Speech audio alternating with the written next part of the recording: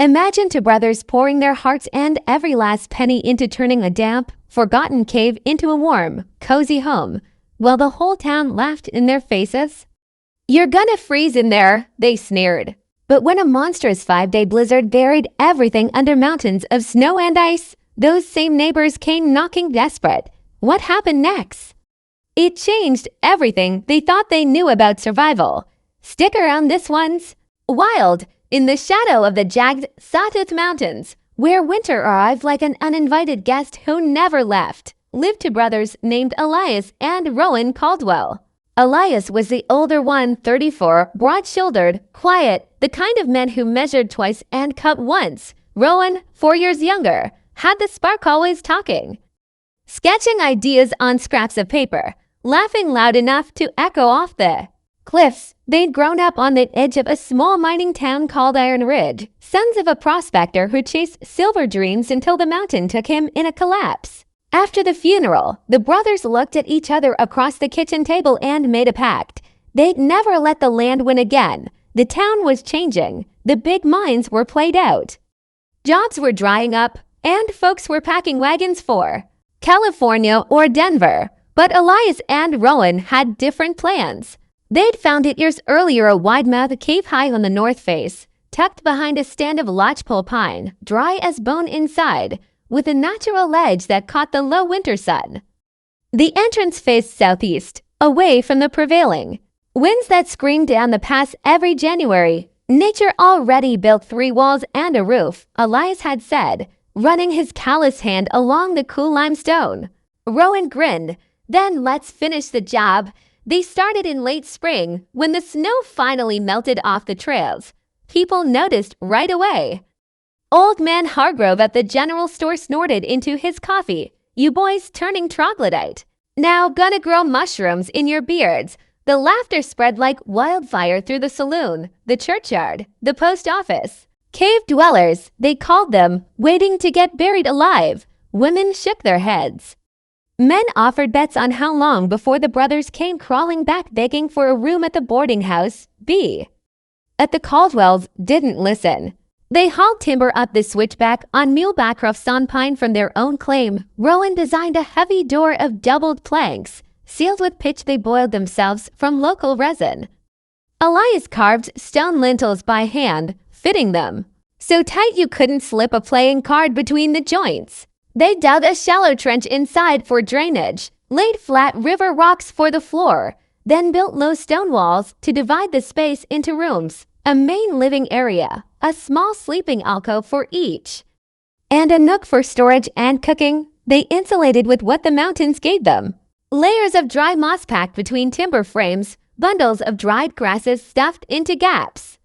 Rowan even experimented with a primitive plaster clay from the creek bed mixed with chopped straw and a tuck.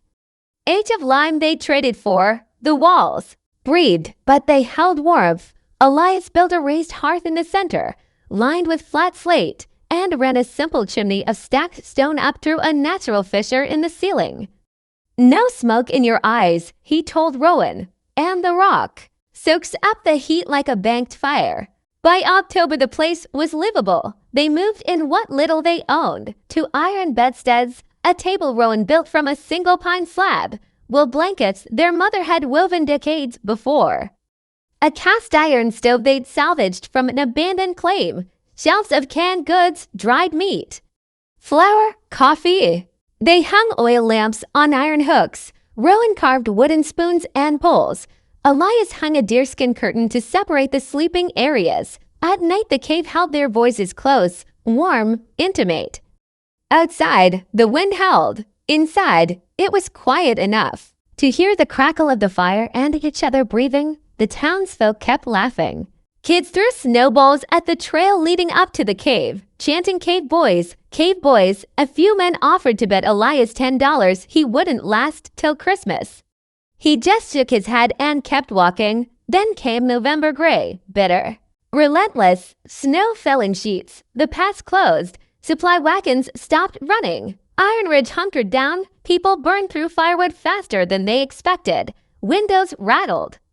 Roofs groaned under the weight. And still the brothers stayed up in their cave, chopping wood from deadfall, melting snow for water, reading by lamplight, talking about the spring when they'd maybe plant a garden in the sheltered hollow below. One evening, Rowan looked at Elias. Across the fire. You ever think they're right, that we're crazy? Elias poked the coals. They laugh because they're scared. Scared of being different. Scared the mountain might speak to someone else. Rowan smiled. Well, she's speaking to us now. And she's saying stay warm. They didn't know it yet, but the mountain was about to shout. The first week of December felt almost normal. Normal for two men living inside a mountain. Elias chopped wood at dawn, the axe ringing sharp against the frozen silence. Rowan tracked game in the thin snow, bringing back a fat snowshoe hare or two, skinning them with practiced flicks of his knife. They melted buckets of snow over the hearth for drinking and washing, rationed coffee to one strong cup each morning, and talked about everything and nothing. Rowan read aloud from an old volume of Jack London stories they'd found in their father's trunk. Elias listened, staring into the flames, sometimes nodding, sometimes adding a quiet correction about how real blizzards felt compared to the ones in books. Then the wind shifted. It started as a low moan that grew teeth by evening. Snow came sideways, stinging like needles even under the overhang of the cave mouth. Elias stepped out to check the door, seal thick strips of leather weather-stripped with beeswax he'd melted and brushed on weeks earlier. The stuff smelled faintly of honey and pine sap, sticky but flexible, filling every crack like nature's own caulking. Still holding, he called back to Rowan, who was banking the fire higher.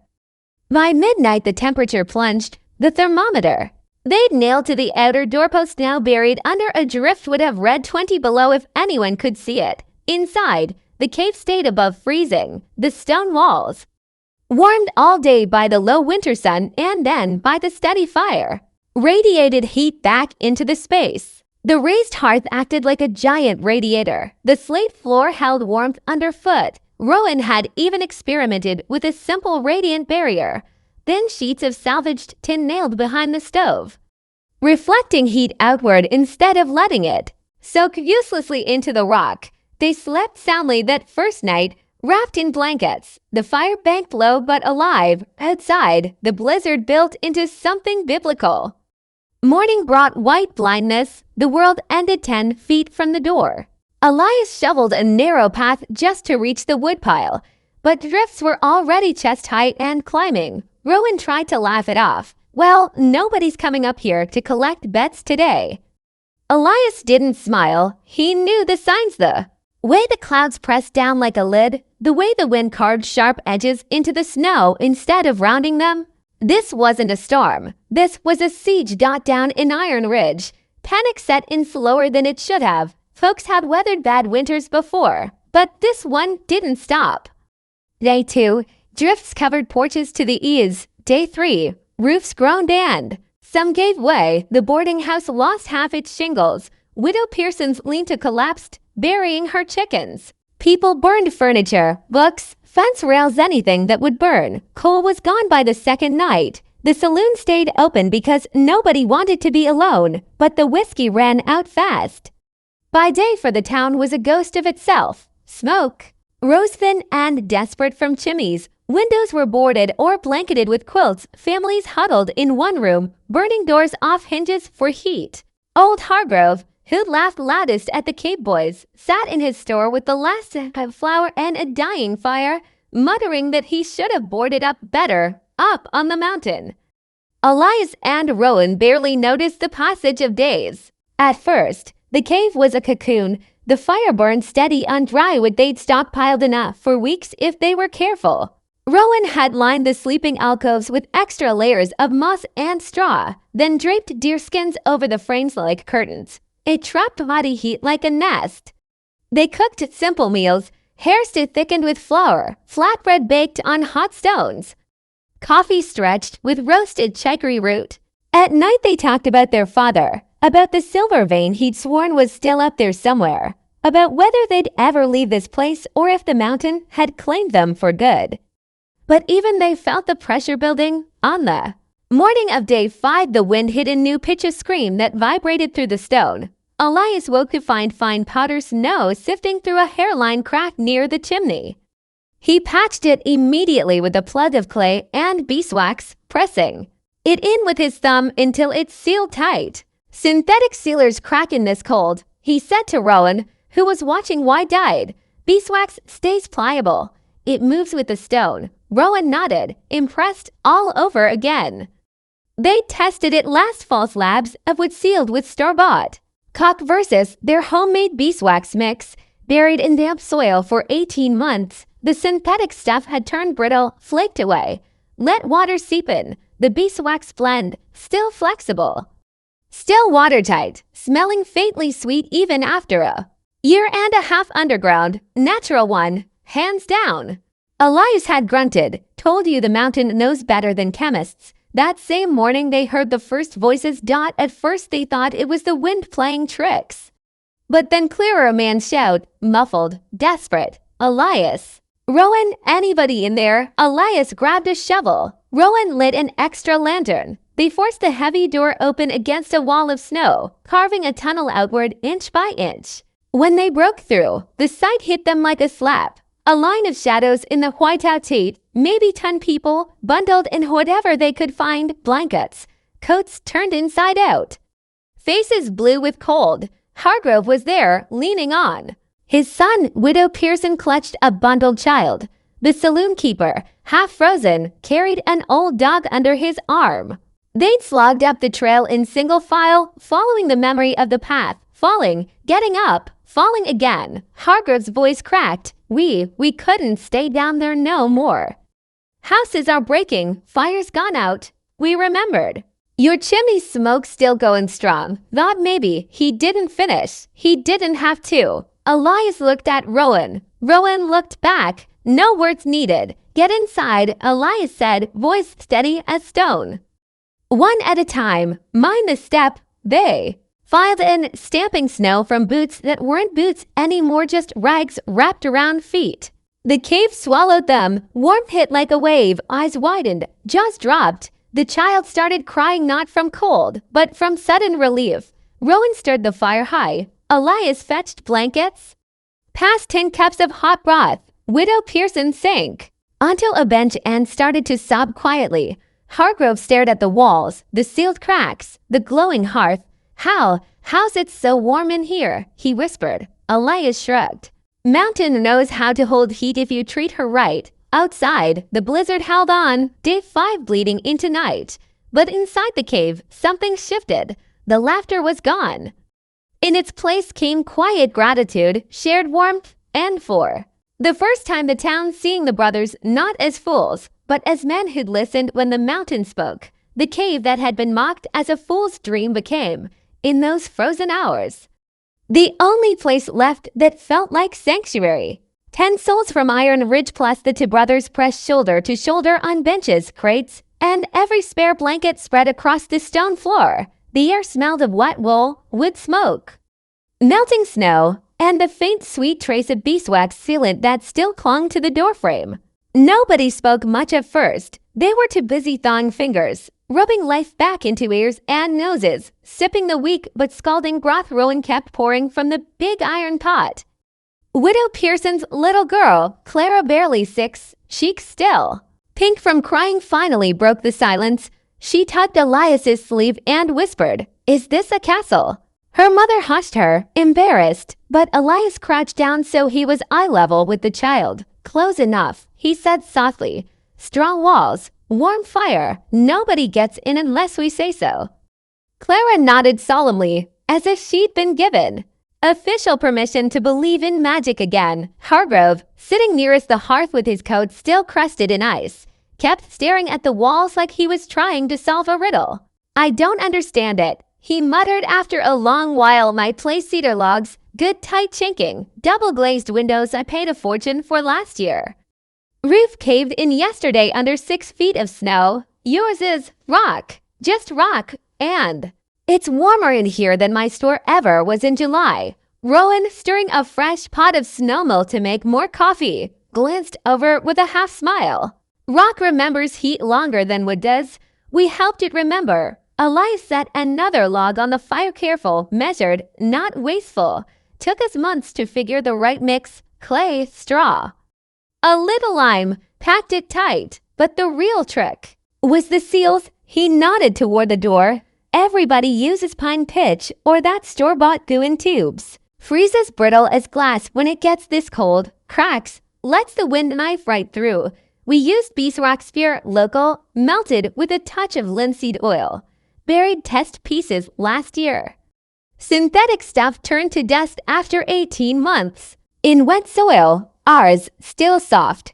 Still stuck. Mountain doesn't care what the label says, it cares what works. Hargrove rubbed his beard, snow melting off in slow drips. You tested it, like an experiment. Had to, Elias said simply. We weren't playing.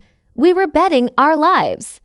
A murmur went through the group. The saloon keeper, whose name was Amos and whose hands still shook, spoke up.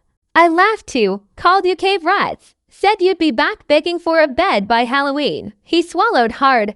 I was wrong. God help me. I was wrong. Elias didn't say anything to that. He didn't need to. The fire popped and sent sparks dancing up the chimney. Outside, the wind screamed like something alive and angry, but it couldn't find a way in. As the afternoon wore on, though nobody could tell day from night anymore, the cave slowly filled with small sounds of life returning.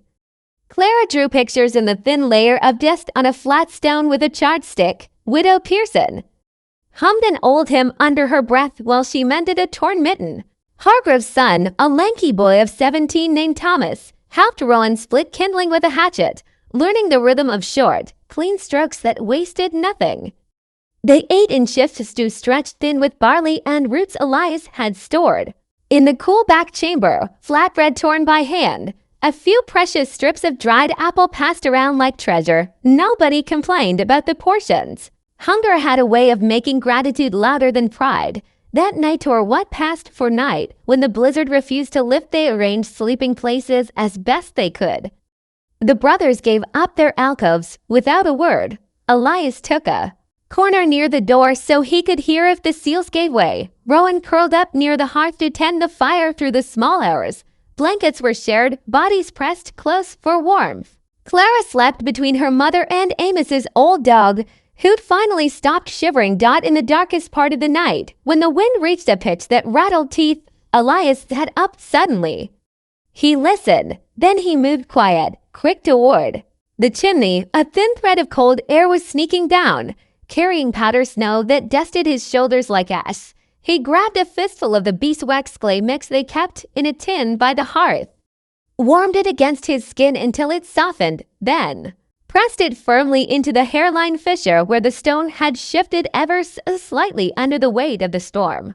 He worked it in with his thumb, smoothing it flush. The draft stopped like a door slamming shut. Rowan watched from his blanket pile. Still holding, Elias answered, wiping his hands on his pants. She's talking again, telling us where she needs help. Somewhere in the dark, Hargrove's voice came low and rough. You boys saved us. You know that, right? Elias looked toward the sound but didn't answer right away. Finally, he said, Mountain saved us. Oh, we just listened a little sooner. Nobody spoke after that. The fire hissed. Clara sighed in her sleep. The wind raged on, but inside the cave it felt for the first time in days like the world might still have a heartbeat. By morning, or what they guessed was morning, because Elias's pocket watch said so, the storm showed no sign of mercy. Drifts outside the door were higher than a man could reach with a shovel. The trail down to Iron Ridge was gone, erased under 20 feet of white. They were sealed in, not by choice now, but by nature itself. And still the cave held. Rowan started telling stories to keep spirits up, old prospector tales their father used to spin. Exaggerated just enough to make Clara giggle. Elias worked quietly, checking every seam, every joint, every place where rock met wood met wax. He found him more spots where the pressure had opened tiny gaps. He sealed them the same way, patient, precise. Like a doctor stitching a wound, Hargrove watched him for a long time. Finally, he cleared his throat. When this is over, I owe you boys an apology. A real one, in front of everybody, and around at the saloon soon as we get it rebuilt. Elias glanced up, almost smiled. We'll hold you to that, outside. The blizzard clawed at the mountain like it wanted to tear it down. Inside, 10 people and 2 brothers shared one small fire, one small hope, and for the first time anyone could remember the same side of the story.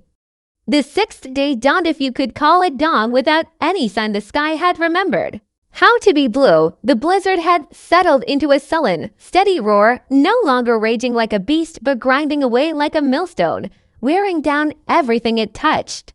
Inside the cave, the temperature held steady at a stubborn 50 degrees. Warm enough that breath no longer fogged unless you stood right by the door. The fire burned low and constant now, a banked heart that Elias fed with the last of the seasoned pine they dragged in before the storm hit. Nobody asked how long the wood would last. They were past asking. Clara had taken to following Rowan. Everywhere like a small shadow, he'd carved her a tiny wooden horse from a scrap of pine, smoothing it with his knife until it fit perfectly in her palm. She named it Blizzard, half joke, half prayer, and carried it tucked inside her mitten. When she wasn't drawing on stones or helping her mother card wool from an old blanket to stuff drafty gaps, she sat near the hearth and whispered secrets to the horse. You're safe now, she told it. The cave won't let the wind in. The adults moved slower, conserving energy. Amos, the saloon keeper, had taken to telling quiet jokes, old ones everybody had heard 100 times, but they still drew tired chuckles because laughter was warm than any blanket. Widow Pearson mended what she could with a bone needle and thread unraveled from a spare sock. Hargrove and his son sorted through the food stores, quietly portioning out what remained so nobody had to ask the hard question out loud. What happens when it runs out? Elias spent most of his hours near the entrance. He'd rigged a simple snow gauge, a notch stick pushed through a small hole he drilled in the door, and checked it every few hours. The drift outside was 23 feet now, and still climbing. He didn't tell the others the numbers. No point in fear when there was nothing to do but wait. But he did talk to Rowan late one night when everyone else was asleep, their breathing soft and uneven in the flickering lamplight. Think it'll break tomorrow?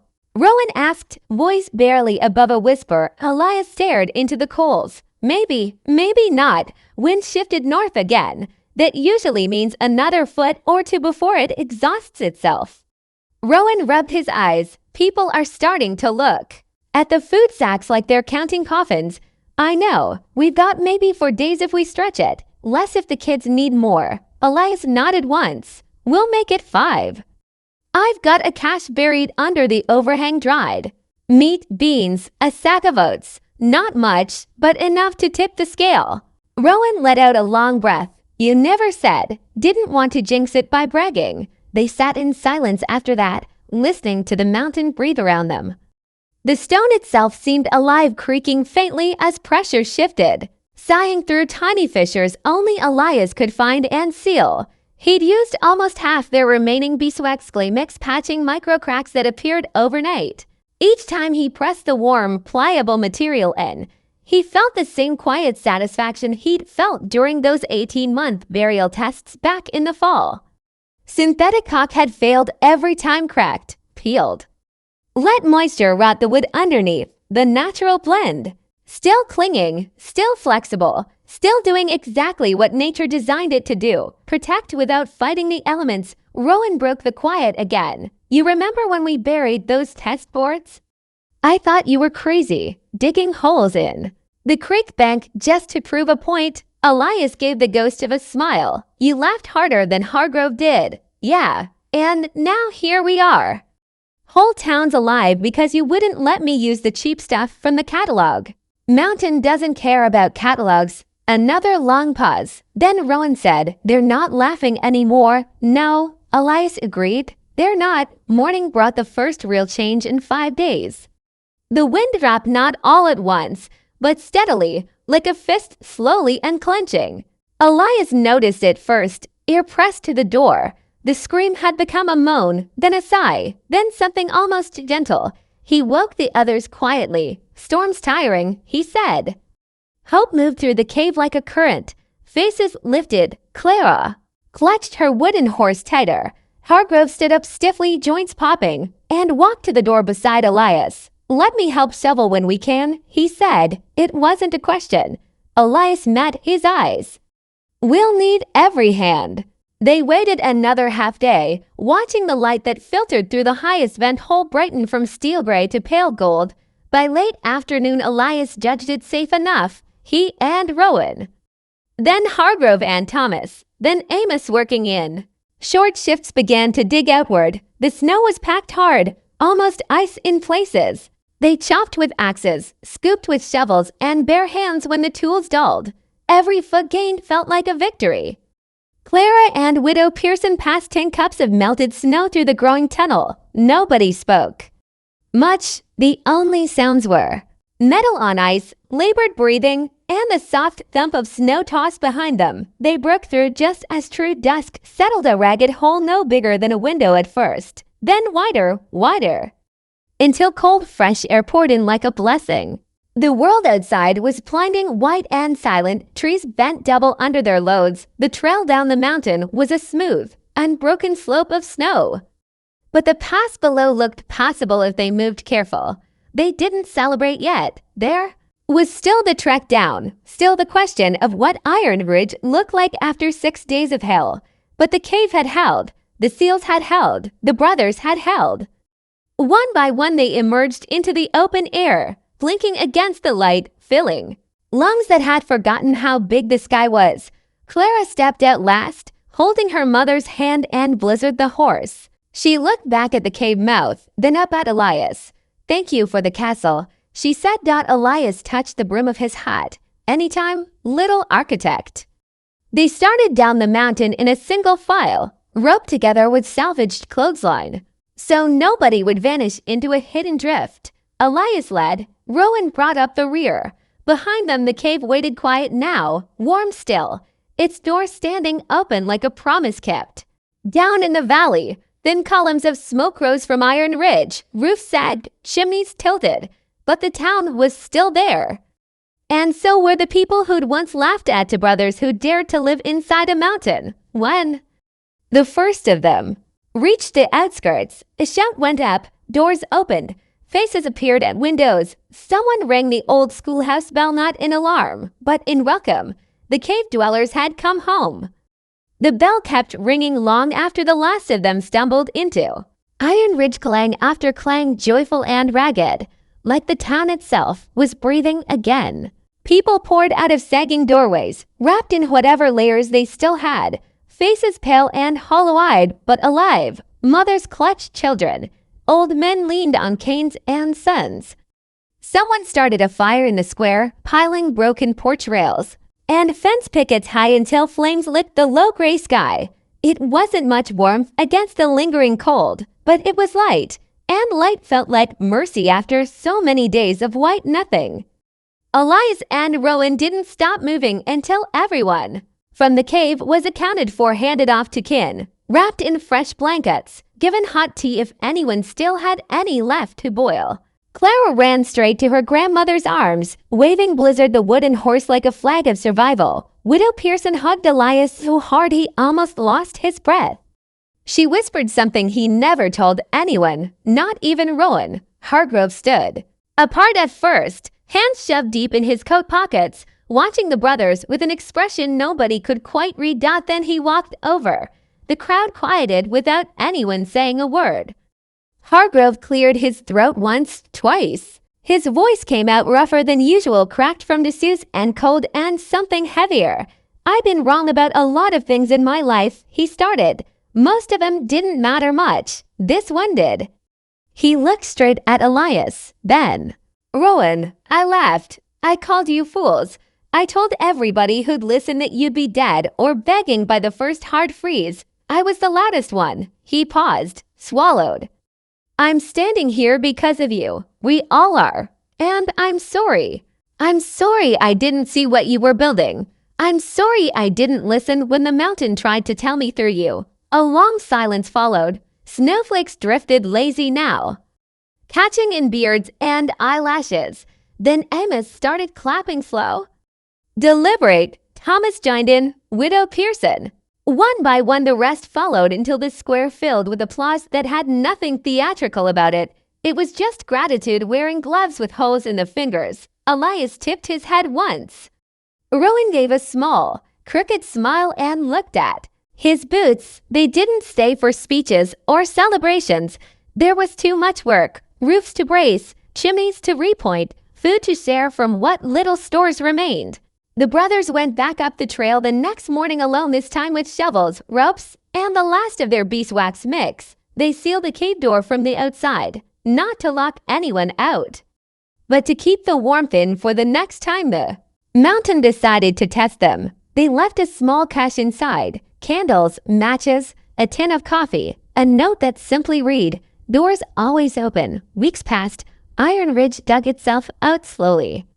Men worked in teams to clear the pass. Women turned cellars into communal kitchens. Children sledded down what used to be Main Street. And everywhere people talked about the cave not as a joke anymore, but as proof that sometimes the old ways, the quiet ways, the ways that listened instead of shouted, were the ones that lasted. Come spring, when the snow finally retreated and the creek ran loud and brown, Elias and Rowan started repairs. The cave mouth had shifted a hair under the weight of the blizzard, nothing dangerous, just enough to need attention. They mixed fresh plaster, gathered more moss, boiled new pitch. But mostly they used what had carried them through, the beeswax blend. They tested it again, just for themselves, small patches buried in the damp bank behind the cave, left to sit through another wet season when they dug them up months later. The synthetic stuff from town catalogs had crumbled to powder. The natural seal still clung, still bent without breaking, still smelled faintly of honey when you pressed your nose close. Rowan laughed the day they pulled the last test piece free. "You're never gonna let that go, are you?" Elias wiped dirt from his hands. "Why should I? Truth doesn't change its mind." That summer folks started coming up the trail not to mock, but to learn. A young couple asked how to seal their new cabin against winter drafts. An old trapper wanted to know about radiant heat from stone. Hargrove himself showed up one afternoon with a jar of his wife's honey and a quiet request. Could they show him how to make the wax mix right? Elias handed him the tin of beeswax without a word. Rowan sketched the ratios on a scrap of paper.